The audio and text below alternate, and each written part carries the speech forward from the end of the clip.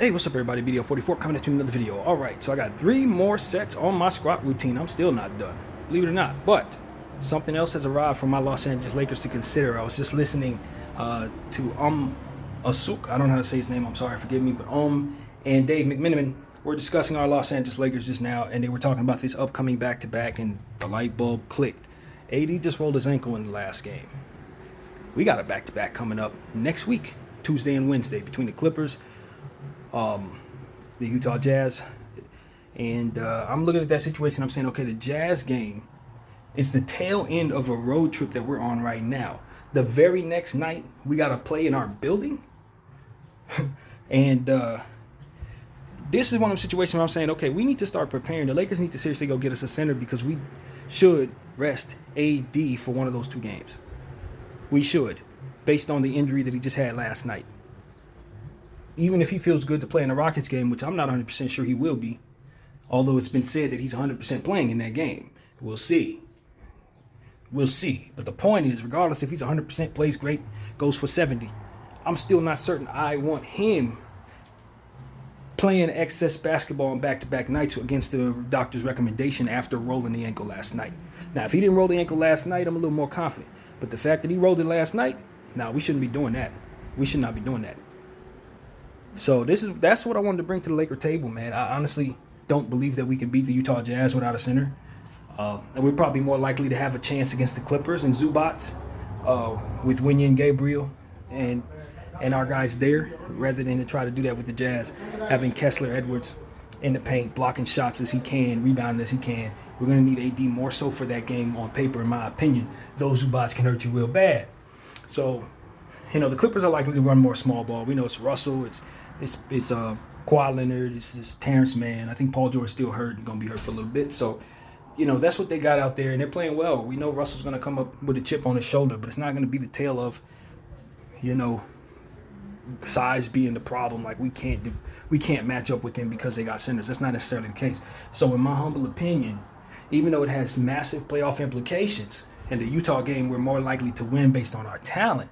I think if you leave yourself a size disadvantage against Utah, you could potentially lose that game, and then you turn around, play a hardcore Clipper team. Even if AD plays, you may actually lose that game, and you find yourself with a 2-game losing streak, as to which, depending on how this Rockets game goes, could be a devastating situation for the Los Angeles Lakers if they don't plan this out correctly.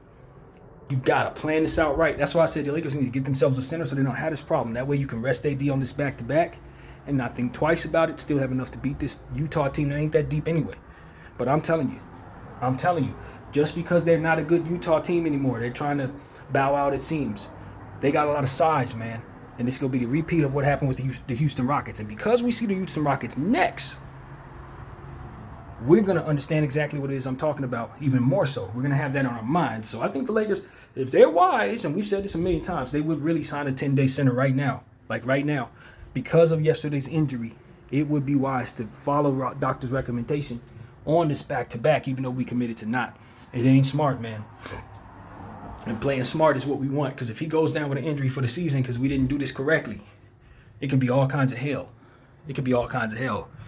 And all of this would be for nothing. So we got to strategize this correctly. First of all, the most important thing is that we secure tomorrow's win against the Rockets. You got to secure that win. I don't care what happens.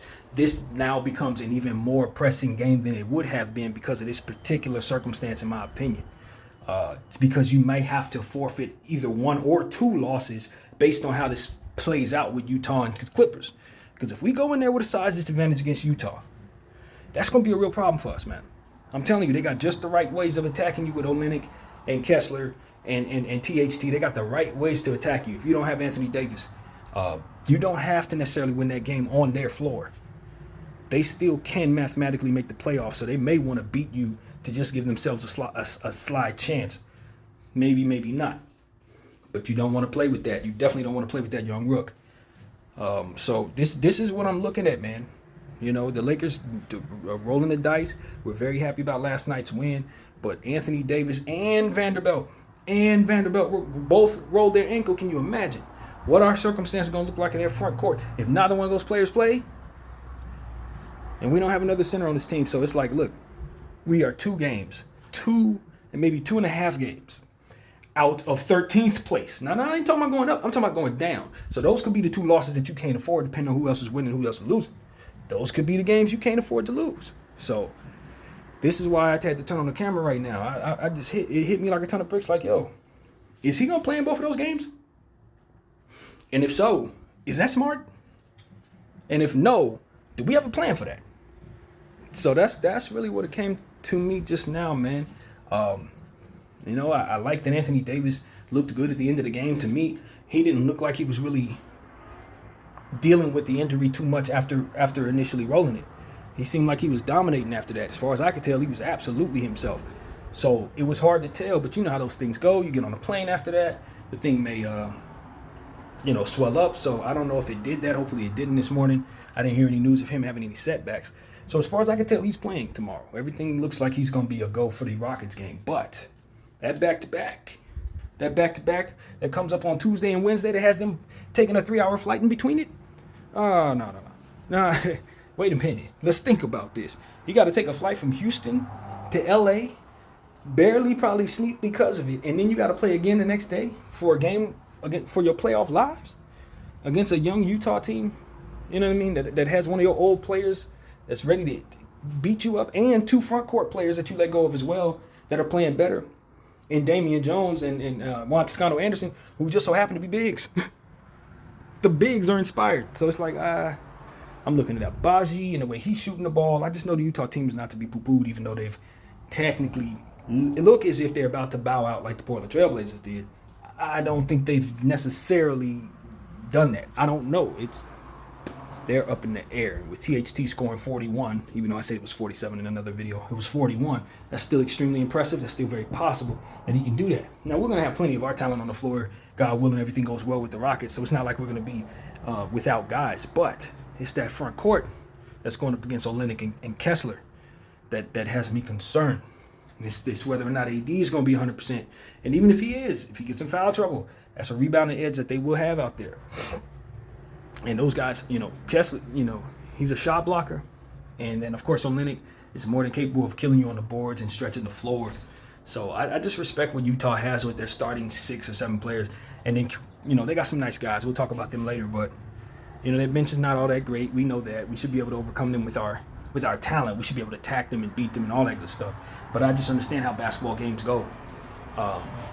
You do not want to potentially have a situation where you can't get on the boards and this guy's pushing you to be a jump shooter and your jump shots ain't falling.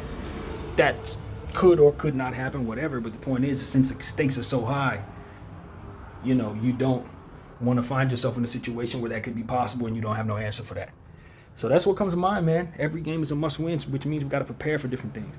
You got to prepare for stuff that you otherwise would not because of the stakes being as they are. So with Anthony Davis having this back-to-back, I think it's ever so important the Los Angeles Lakers get a concise idea about how they're going to plot out this situation, understanding that they can't afford to lose the 2 games that they may lose if they mess it up. So that's what I got to say. My name is BDF44. I thank you all for watching.